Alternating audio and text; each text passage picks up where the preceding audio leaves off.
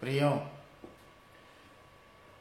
Dieu Tout-Puissant, nous te remercions encore pour cette opportunité que tu nous donnes. Merci Seigneur parce que tu nous accordes la grâce et tu nous accordes le soutien.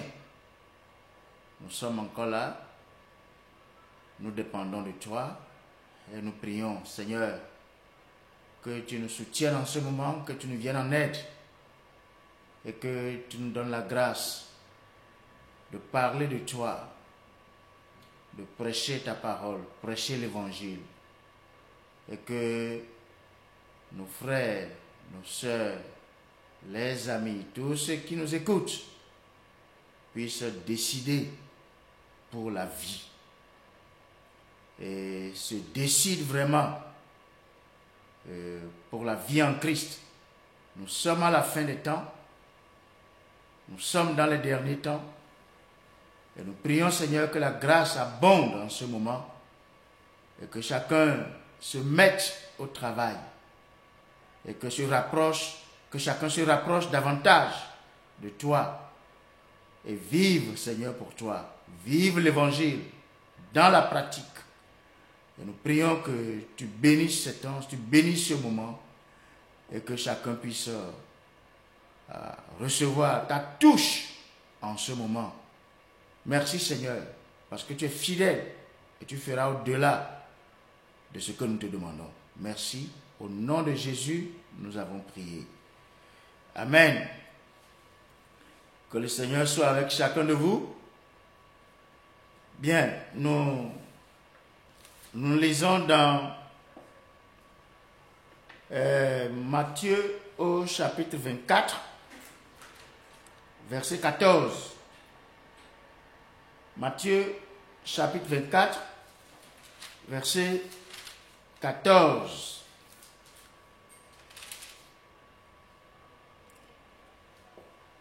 Cette bonne nouvelle du royaume sera prêchée dans le monde entier pour servir de témoignage à toutes les nations. Alors viendra la fin. Alors viendra la fin. Nous voulons parler en ce moment de la fin des temps.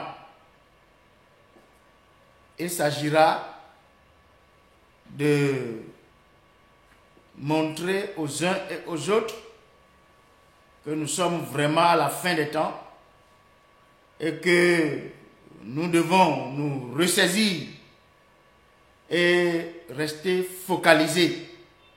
Jésus revient bientôt. Voilà, la fin des temps. Et donc, il est dit dans ce passage que nous venons de lire, cette bonne nouvelle du royaume sera prêchée dans le monde entier pour servir de témoignage à toutes les nations. Alors viendra la fin. Toujours chapitre 24 de Matthieu et au verset 35, nous lisons: le ciel et la terre passeront, mais mes paroles ne passeront point. Le ciel et la terre vont passer. Et donc, il est question de la fin. La Bible parle même de la fin du monde. Dans Matthieu au chapitre 28, au verset 20, Matthieu chapitre 28, le verset 20, il a dit: et enseignez-leur à observer tout ce que je vous ai prescrit. Et voici, je suis avec vous tous les jours jusqu'à la fin du monde. Je suis avec vous tous les jours jusqu'à la fin du monde. Voilà. Beaucoup de personnes ne se rendent pas encore compte que nous sommes à la fin des temps. Malgré les nouvelles, malgré les bruits que nous entendons de partout, dans le monde, malgré tout ce que nous voyons autour de nous, malgré les signes des temps, les gens sont toujours là à comprendre que nous sommes à la fin des temps. Mais on doit le dire, le répéter, insister. Le temps va vers sa fin. Les événements prendront fin. Le monde ne continuera pas indéfiniment. Le ciel que nous voyons au-dessus de nous, la terre sur laquelle nous sommes, tout cela passera. Tout cela passera. Et dans 1 Pierre au chapitre 4, 1 Pierre au chapitre 4, le verset 7, il est dit, 1 Pierre chapitre 4, verset 7. Là, nous lisons, la fin de toutes choses est proche. La fin de toutes choses est proche. Soyez donc sages et sobres pour vaquer à la prière. Voilà. L'approche de la fin est un motif de vigilance et de grande précaution. Et donc, soyons des hommes sensés. Soyons des hommes raisonnables et modérés pour vaquer à la prière. C'est à nous chrétiens, de marquer, de faire la différence à l'approche de la fin. Nous ne devons pas continuer de faire comme si de rien n'était.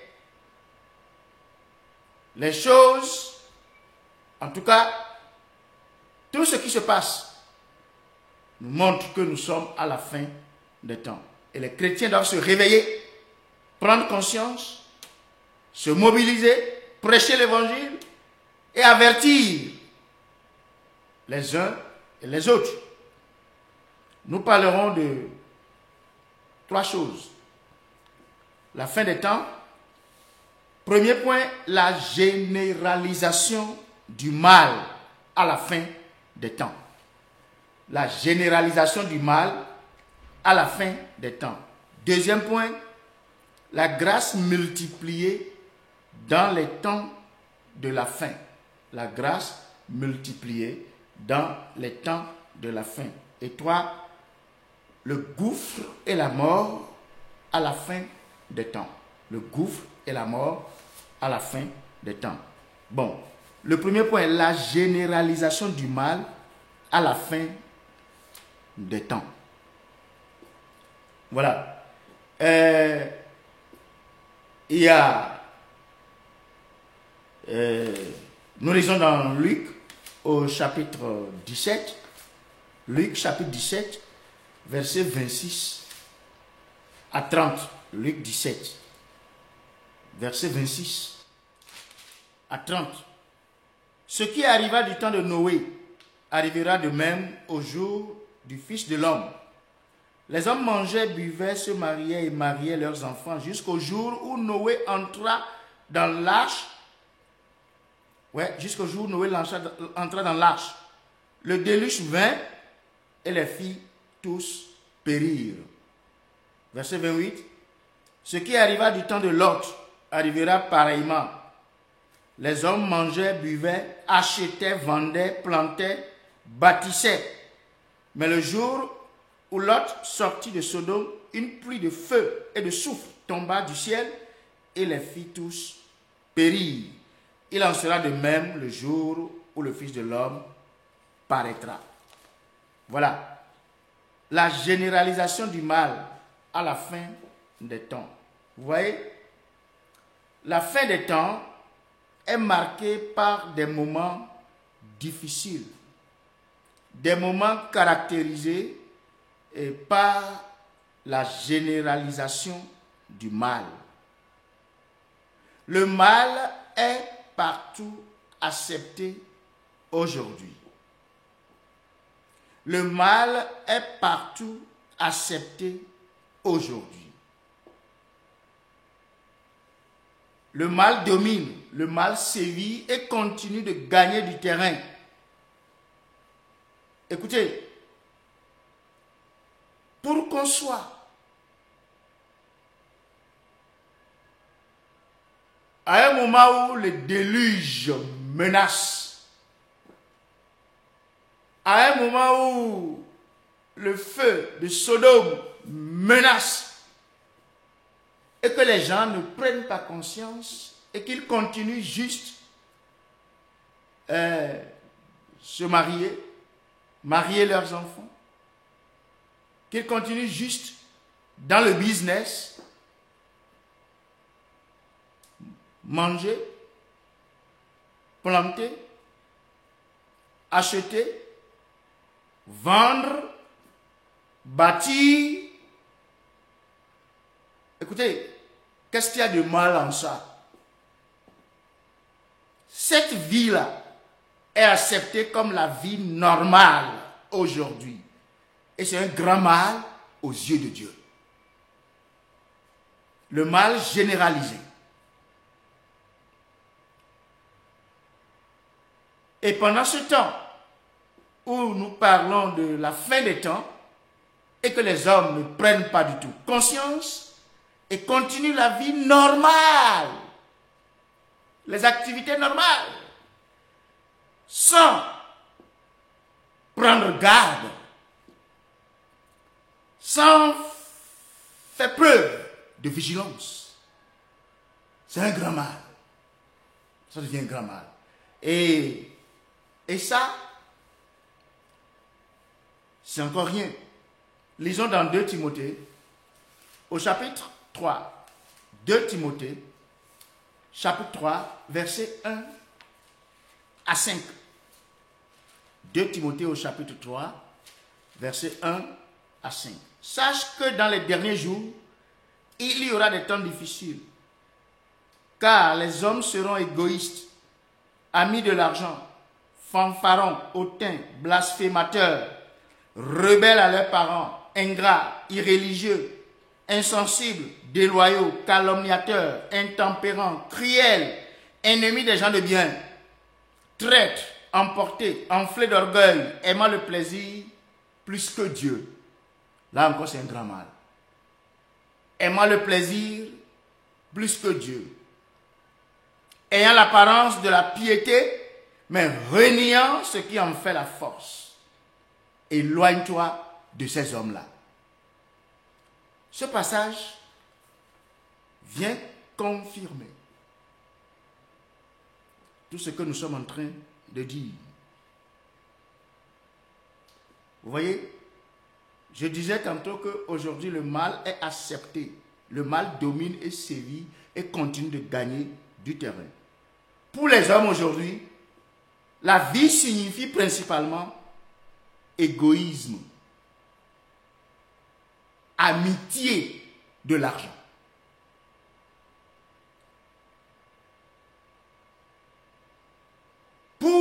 De façon générale, pour les uns et pour les autres, la vie, ce que ça signifie principalement aujourd'hui, égoïsme, amitié de l'argent, plaisir, hypocrisie. Voilà les grandes choses qu'on peut relever de ce passage de Timothée, comme il le lit, 2 Timothée 3, 1 à 5. Il y a beaucoup de choses dedans, mais je prends juste ces quatre éléments-là. Qu'est-ce que la vie signifie pour les hommes aujourd'hui? Égoïsme. Que l'homme vive pour lui-même. Qu'il se projette au centre de la vie. Qu'il fasse sa propre promotion. Je dis que c'est vraiment un grand mal. Et un mal généralisé. Et c'est ce que nous voyons partout aujourd'hui. Moi. individu. Oui, l'égoïsme, c'est l'homme d'abord, c'est l'homme, c'est moi d'abord, c'est moi qui passe avant tous les autres. L'homme se projette au centre de la vie. Au lieu que Dieu soit au centre de la vie, c'est l'homme qui est au centre de la vie. L'égoïsme.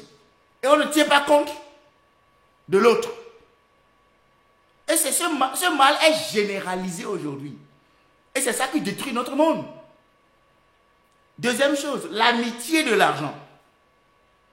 L'argent, ce démon-là, ce fléau-là, oui, c'est un virus. L'argent, c'est un virus qui pique tout le monde. Un véritable tourment pour la vie de foi, l'argent. Le souci majeur des hommes aujourd'hui, c'est quoi? C'est l'argent. Le souci majeur des hommes aujourd'hui, c'est l'argent. Les hommes veulent s'enrichir et gagner de l'argent par tous les moyens. Et tous sont séduits. Tous sont séduits. Les hommes peuvent s'envier, se quereller, dérober, mentir et tuer à cause de l'argent. Vous voyez? C'est un grand mal généralisé. Aujourd'hui, vous ne pouvez pas imaginer les douleurs, les atrocités, les tentations, les tourments, les malheurs, la ruine que peut créer l'amitié de l'argent. Troisième chose, les plaisirs. Les plaisirs. Écoutez, l'argent appelle toujours les plaisirs. L'argent appelle toujours les plaisirs. Les femmes, une seule femme ne vous suffit pas. Les hommes, un seul homme ne vous suffit pas. Les plaisirs, les réjouissances. Vivre dans les plaisirs, c'est la mort. La Bible dit que celle qui vit dans les plaisirs est morte, quoique vivante. L'égoïsme, l'amitié de l'argent, les plaisirs, l'hypocrisie. L'hypocrisie, c'est un grand mal, un mal généralisé. Les hommes cherchent toujours à tromper. Les hommes cherchent toujours à tromper, à mentir. Ils mentent, les hommes mentent et se font passer pour ce qu'ils ne sont pas. C'est ça que le passage est en train de nous relater. Regardez bien encore le passage. Je vais insister sur ce point-là. De Timothée, chapitre 3. Regardez ce que nous sommes en train de dire dans le passage. Dans ce passage-là, il dit,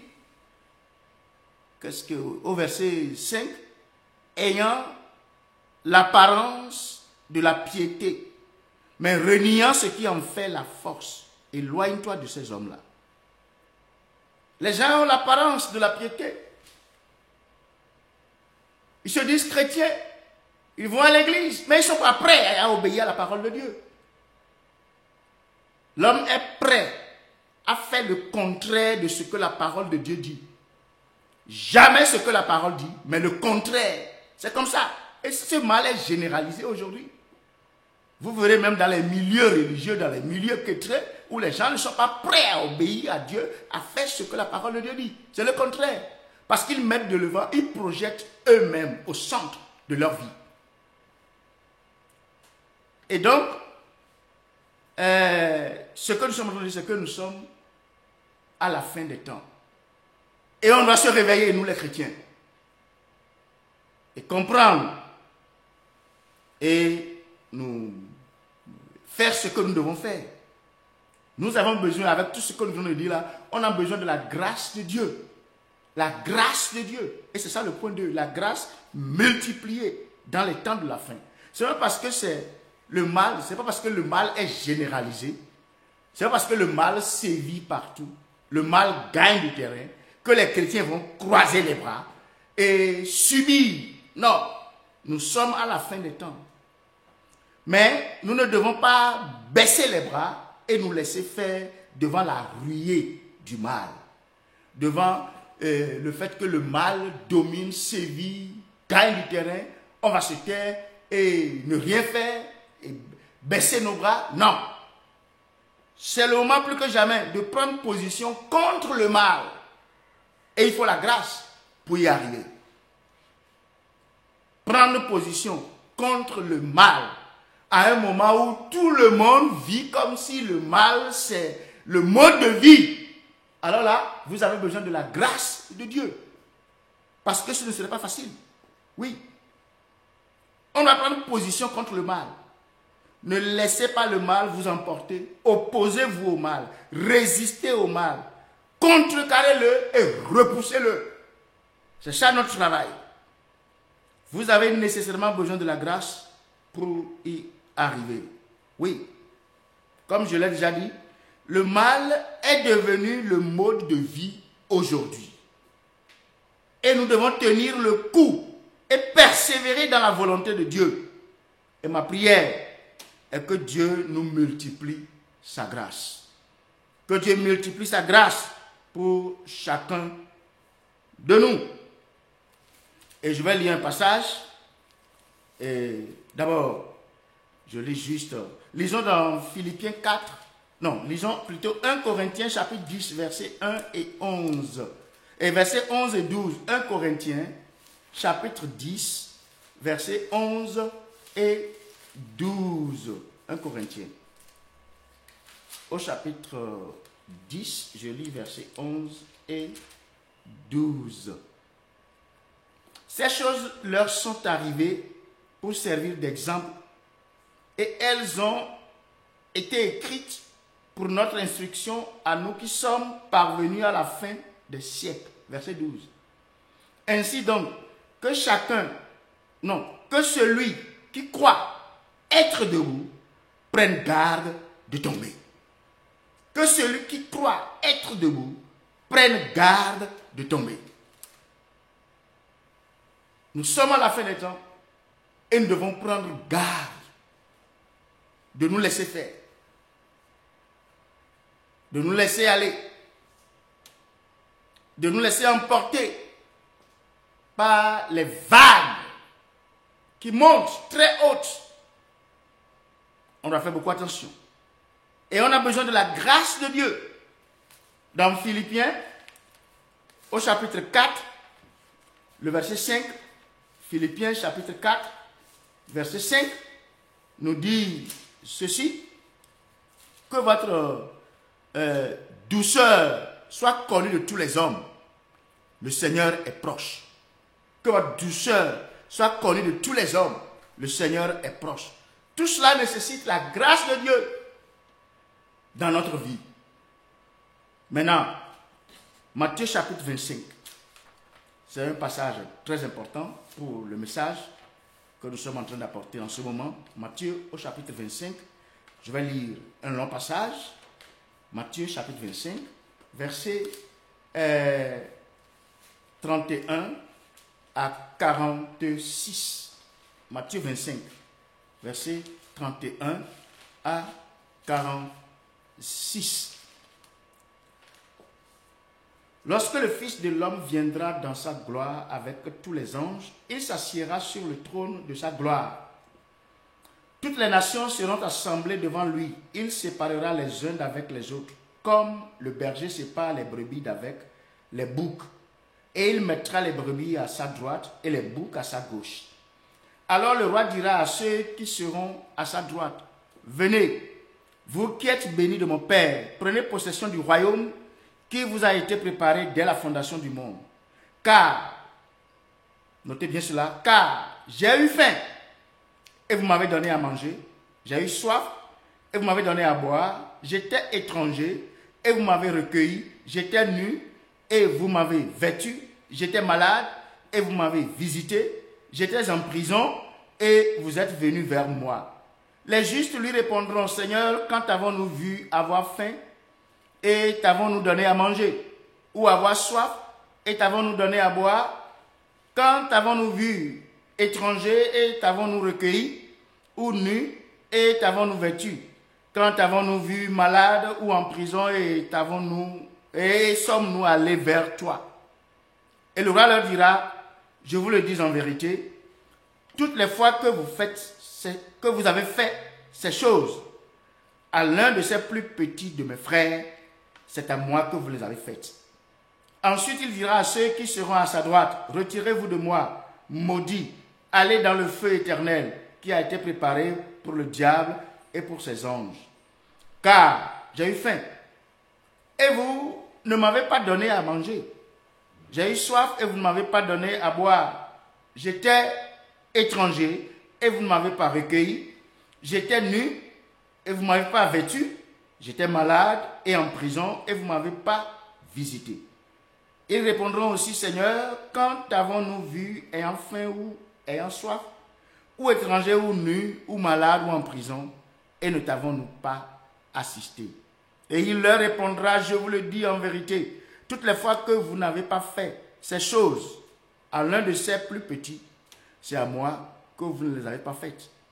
Et ceux-ci iront au châtiment éternel, mais les justes à la vie éternelle. Voilà un passage long, mais très important pour notre message. La fin des temps.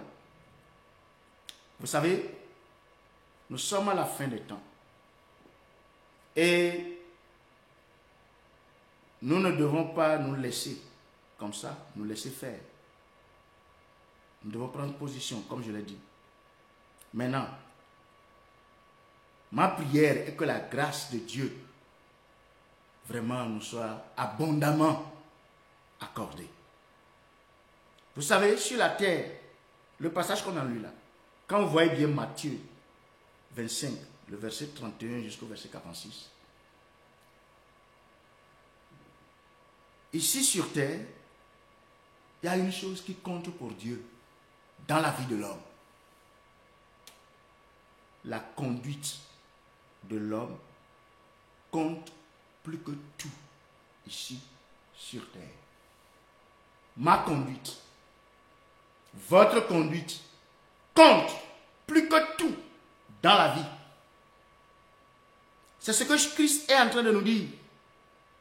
Qui que vous soyez ici sur la terre, votre conduite compte plus que tout. Vous savez, notre statut social, avec nos titres et nos trésors, ce n'est pas ce qui intéresse Dieu. Ce n'est pas ce qui compte pour Dieu. C'est important pour nous. Pour nous, sur terre, on valorise ces choses. Et c'est important. Mais aux yeux de Dieu là, ce n'est pas ce qui l'intéresse dans notre vie. Ce n'est pas ce qui intéresse Dieu. Ce n'est pas ce qui compte tellement pour lui. Et ça, on doit le savoir. Et c'est ce que Jésus est en train de nous dire ici. Oui. La seule chose qui intéresse Dieu dans la vie d'un homme, c'est sa conduite. Comment est-ce que vous vous conduisez? Comment est-ce que vous vous comportez? Qu'affichez-vous comme comportement? La conduite de l'homme envers Dieu et envers son prochain. C'est ça. Car j'ai eu faim et vous m'avez donné à manger. J'ai eu soif et vous m'avez donné à boire. J'étais étranger, vous m'avez recueilli. J'étais nu, vous m'avez vêtu. J'étais malade, vous m'avez visité. J'étais en prison, vous êtes venu vers moi. Écoutez-moi bien, c'est ça ce qui intéresse Dieu dans la vie de chaque individu, de chaque personne ici sur terre.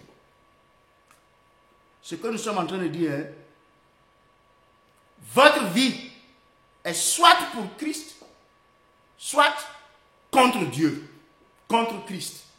Votre vie, c'est soit pour Christ, soit contre Christ. C'est ça ce que le passage, c'est les deux tableaux que le passage montre. J'ai été dans le besoin et vous êtes venus m'assister. Vous m'avez apporté votre assistance, votre soutien, votre aide. Ou bien, j'ai été dans le besoin et vous m'avez refusé votre soutien, votre assistance. Vous l'avez gardé pour vous-même. Vous ne m'avez pas apporté assistance. Ça, c'est les deux tableaux de la vie, ça. Le positif et le négatif. Ce qu'il faut faire et ce qu'il faut éviter de faire. Voilà. Et c'est ce qui intéresse Dieu. Et ce passage nous montre que, quel que soit l'individu ici sur terre, il est toujours jugé par rapport à Christ. N'importe quel individu ici sur terre sera toujours jugé par rapport à Christ. Parce que Dieu a fait Christ le sauveur de l'humanité. Il est le modèle, il est l'exemple, il est le choix de Dieu pour tout être humain sur terre. Il nous l'a donné, cadeau à la croix du Calvaire. Qu'est-ce que nous en faisons? Quelle part Christ a dans ma vie? Quel est mon comportement par rapport à Christ? Je ne parle pas de religion. Je ne parle pas de je vais à l'église, je vois ou que je suis dans telle religion. Je ne sais pas de ça qu'il s'agit. Qui que vous soyez, et quelle que soit votre religion, quelle que soit votre appartenance à telle ou telle religion, Dieu vous appréciera par rapport à Christ ou il vous condamnera par rapport à Christ. C'est clair. Et toutes les fois que vous faites ces choses à un de ces plus petits de mes frères, c'est à moi que vous les avez fait. Et toutes les fois que vous refusez de les faire, c'est à moi que vous avez refusé de les faire. Voilà. Et donc, écoutez, la vie chrétienne est une vie d'amour. C'est une vie relationnelle. La vie chrétienne est une vie d'entraide, une vie d'assistance, une vie de prévenance. Vous allez au-devant des besoins des autres. Voilà. Et donc, la question revient. Quelle relation avez-vous avec les gens dans votre entourage? Vos voisins dans le quartier, vos collègues au service, que faites-vous quand ils sont malades? Est-ce que vous leur rendez visite? Est-ce que vous leur apportez du soutien? Quand ils manquent de quoi manger, de quoi se vêtir, est-ce que vous les assistez ou bien vous les ignorez? Christ dira un jour, c'est à moi que vous avez fait tout ça ou bien c'est à moi que vous n'avez pas fait cela. Mes frères, mes soeurs, c'est la fin des temps. Et nous devons retourner à la chrétienté pratique, la chrétienté des premiers apôtres de Christ. Mes frères et mes soeurs, ramenons cette ancienne religion. Cette ancienne religion. Oui, on dit en anglais old time religion. Give me that. Donnez-moi cette ancienne religion. La chrétienté pratique que les apôtres, les premiers apôtres, ont démontré, ont manifesté à leurs concitoyens, dans leur entourage. C'est la fin des temps, Christ revient bientôt. Il viendra trouver la foi sur terre ou bien il va trouver quoi? La grâce, on en a besoin. Que le Seigneur nous multiplie la grâce. Qu'on se ressaisisse et qu'on redonne à la chrétienté son véritable visage. Ma prière est que Dieu nous aide.